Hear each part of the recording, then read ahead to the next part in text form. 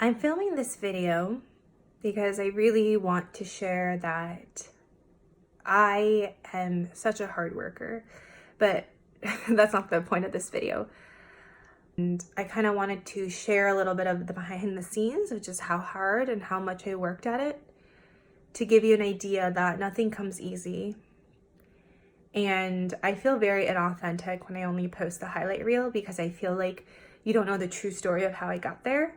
And I don't want anyone to feel discouraged because their highlight reel doesn't look as great as mine or anyone else's, because it's a shit ton of work, you know, behind the scenes. And yeah, I just want to be real about that. I'm 12 years old. I stare at myself in the mirror. I see this huge big pimple filled with pus on my nose, looking like it's gonna burst. What do I do? It's 8:53 a.m. The bus is coming in 2 minutes. I quickly wash my face. Damn it! The pimple, it has now popped, and blood is floating out the side of my nose like hot lava out of a volcano.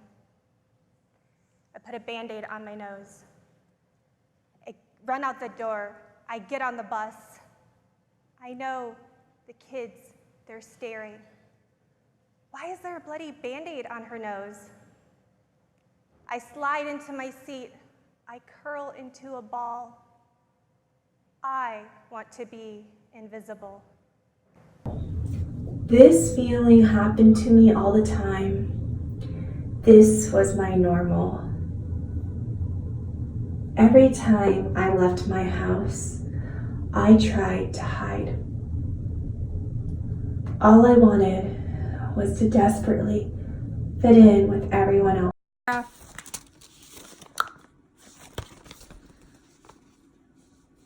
In the 3rd grade, I received my first pimple. This once childlike and glossy skin, or perfect skin, becomes peppered with marks, pimples, acne scars. Littered with. There is an anxiety when something perfect gradually loses its perfection every day. And this anxiety, it was so great, I needed to do everything in my power to make it perfect again. There was no way I could stare back and see ugliness reflected onto me. These thoughts continued. As a teenager, I thought, if I'm being called pizza face, would teachers want to call on me in class? Or what about that cute boy, that one who sits behind me in chemistry class? What is he gonna think as I turn around and I ask him to pass up his homework? Will he notice the scars on my face? My parents and I were on a crusade. We're gonna fight this battle. And skincare treatments, it's quite expensive. I mean, we must have spent over $20,000 on trying to find a cure for my skin. I tried high-end products. I tried drugstore products. I went to so many different doctors, surgeons, dermatologists. I ingested prescription pills, and I took Chinese herbs. With each new product I tried came Daisy. Was this bottle of perfection, and images of how my life would be once I had perfect skin swarmed in my head. Unfortunately, it seemed like the more products I tried, the worse my skin became. And I am not alone. My story in this struggle. Is not unique. All too often, the we pressure struggle to fit in with what the external world tells us. We should be happens to all of us, whether we're young or old. The greatest tragedy of our time, of our generation, is the never-ending struggle for perfection. It's a nasty, perpetuating cycle. It's a nasty, perpetuating cycle. And my story is not unique. I'm not alone. The average teen spends 9 hours a day in front of their screens. Much of that is on social media, seeing projected, perfected images of one's highlight reel. Likes, comments, followers are an easy yardstick for one's self-worth. And this generation is constantly validation hunting on their screens. The CDC has reported that the suicide rate between 2006 and 2016 has gone up 70%. The American Psychology Association has reported that rates of anxiety, depression, and suicide are at an all-time high for those under 26, even compared with their older generation cohorts. An SDSU professor, Dr. Jean Twiney, has stated, "It's not an exaggeration that iGen is facing the worst mental health crisis in decades." Much of that can be traced back to their phones. The momentum for perfection is so great. This needs to stop. The greatest tragedy was not the fact I had imperfect skin. The greatest tragedy was the fact I was consumed with this ideal for perfection. It occupied my every waking thought. And in this process, I skipped out on lunch because I didn't know where I was going to sit in the cafeteria. I didn't go to the homecoming dances. I hid myself, who I truly was, in this pursuit for perfection.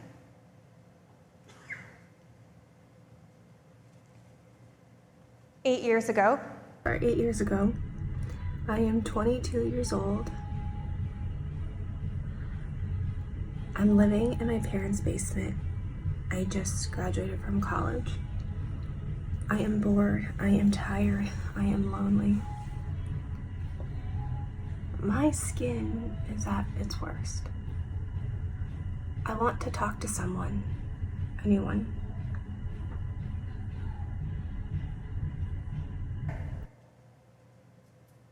I open up my laptop, I press record, and I talk for 12 minutes about how I really feel about my skin. I show all the sides of my face. I'm not wearing any makeup. I'm in my PJs. The lighting is subpar. I mean, this is as imperfect as it gets. I'm saving my file. I save it as growingupugly.mov. I want to save it on the cloud, so I decide on YouTube. And I'm choosing my username. And I know I need to find a username no one will ever be able to spell or find. So I choose Dazers89. I press the publish button. I shut my laptop down, I push it to the side. Oh my God, what have I just done? What did I just do? I mean, is anyone gonna see this video? A few weeks later, I am checking my email. I get a notification. Someone has viewed my video. I get another notification. Someone has liked my video. I get another notification. Someone has commented on my video. All of a sudden, people from all over are telling me how much my video means to them. This was the first time I didn't try to hide who I was. I shared who I truly was, as imperfect as I am, and people loved me for that. Today, this channel has over 700 videos with over 70 million views.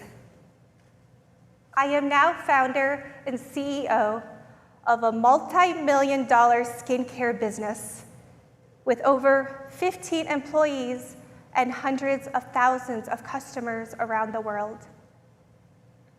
But none of that would have happened if I didn't face my perfectionism head on and upload that video to Dazers89 that Saturday night.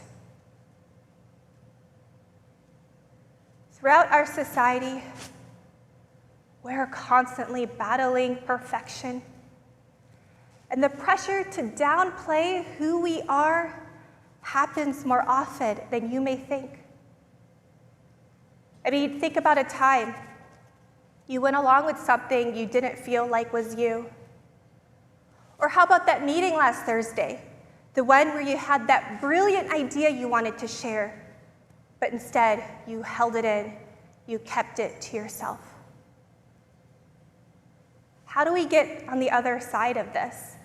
How do we have the courage to not only figure out who we are, but share that with other people? It may be the hardest thing we have to do in our life. Is it as simple as uploading a video on YouTube? Now, I am a very practical person, so I've given you guys 3 tips on how we can practice to be our most authentic self. Tip number 1, stay solo. When we spend time alone, we can better understand who we truly are. Too often are we influenced by external factors from friends, family, and society. One thing I love is I love to travel. It may be scary being alone because it means you need to be okay with your own thoughts. One thing I love, but being alone gives me the freedom to think. I mean, can you remember the last time you were insanely bored out of your mind? Let's take baby steps. Let's schedule 30 minutes a few times a week just to sit and stare and think. And I know we're always so busy, so if you don't have 30 minutes, fine. How about 15 minutes or even 5 minutes? Learn to be at ease with your own thoughts. This is part of personal growth. Tip number 2, surrender your social. I know everyone's like, get off social media, you have to spend less time on social media. And yeah, it's way easier said than done, especially we have the top computer programmers in the world trying to figure out how to make us more addicted every day. I challenge you this then. Post something vulnerable. Post something not part of your highlight reel. When we post something that's vulnerable, we're better able to connect with those around us. In fact, for my company's Instagram, the posts that gets the most engagement are the real, authentic, vulnerable ones.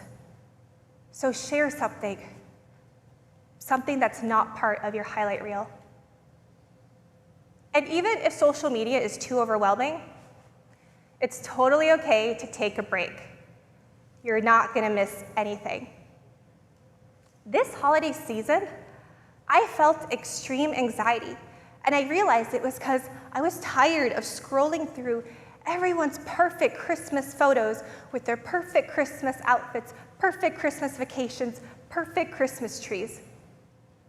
So I deleted Instagram from my phone. Now, at first it was weird because I was like, my thumb, like, what do I do? Like, where's it supposed to scroll on? Immediately, the anxiety lifted, and I enjoyed my entire holiday season not having documented a single second of it. You won't miss out on anything, don't worry. Tip number 3, Be brave. We need to be brave to take the risk to share who we are. So express yourself. Engage in the arts. Engage in creative. Sing, dance, write, read, play. When you focus more on being creative, you're going to focus less on trying to fit in with a certain mold or certain standard. Get lost in the flow when you're so engaged in your craft that you feel like all time stops. The other day, I was at a coffee shop and I was there for 9 hours in my seat. The coffee I ordered was cold and untouched. And the staff had to come tell me, hey, we're closing for the night. So lean into the flow, whatever that is that gets you in that state where you forget about everything else. But we also need to be brave. One seemingly impossible task soon becomes second nature with consistent practice. So practice. Practice being authentically you. And it doesn't need to be a heroic act of courage. It could be something as simple as sharing your opinion in a meeting or having that hard conversation, you know, that one with that friend you've been putting off for a year. Even for me, I had to be brave and practice my bravery muscle when I pressed the publish button and submitting this application for this very talk. But without these little exercises of bravery, I wouldn't be here on this red circle in front of you today. Living a life in the struggle for perfection is not a very fulfilling life. But when we're able to practice being authentically ourselves, when we're able to stay solo, surrender our social, and be brave, then we can live a life true to who we are. I want to leave you with this final thought. When patients are interviewed on their deathbed, the number one regret is, I wish I lived the life true to myself, not the life others expected of me. Let's all go out there and live our most authentic life. Join me. Thank you. Good morning. I'm still sick, but I'm trying to memorize my script. So what I'm doing is this is literally like 2 sentences, but the first letter of each word. And I'm trying to memorize it by doing it this way. And I'm just using the back of an envelope because who writes on pen and paper anymore? So let's see if I can do this. Stay solo. Stay solo. When we spend time alone, we can understand who we authentically are. Okay, fail the first sentence. Too often are we influenced by external factors, friends, family, society. What I love doing is spending time by myself. It may be scary being alone because it means you need to be comfortable with your thoughts. It may be scary being alone because it means you need to be comfortable with your thoughts. You have time to think. You have time to observe. Okay, so that was pretty much a fail. Let's try this again. So I think the first word of each sentence is really hard to remember, but once you remember the first word, it just like flows. So I am measuring the length of the dot, and what I figured is to take a spool to make a fake circle, and then I tied it in the middle. So hopefully I can practice walking around this fake circle. Lily!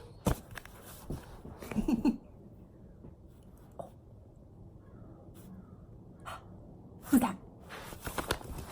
Oh, it's scary, right? You're like, I want to sniff that. Okay. So I have my script here, and I'm running out of space on the envelope. This is actually really useful if you want to memorize anything. So.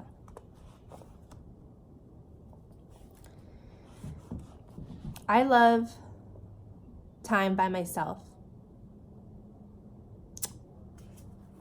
So Laura did an amazing talk. freelance generation. And guess what? She's also a BANISH soldier. Yes. Use the roller. I use the roller. Love it. 2 thumbs up. And you said you saw improvement, right? I have, and I've used the roller too. Before this came in, you know. Oh my gosh. And I said you should have told me. Yeah. So next time.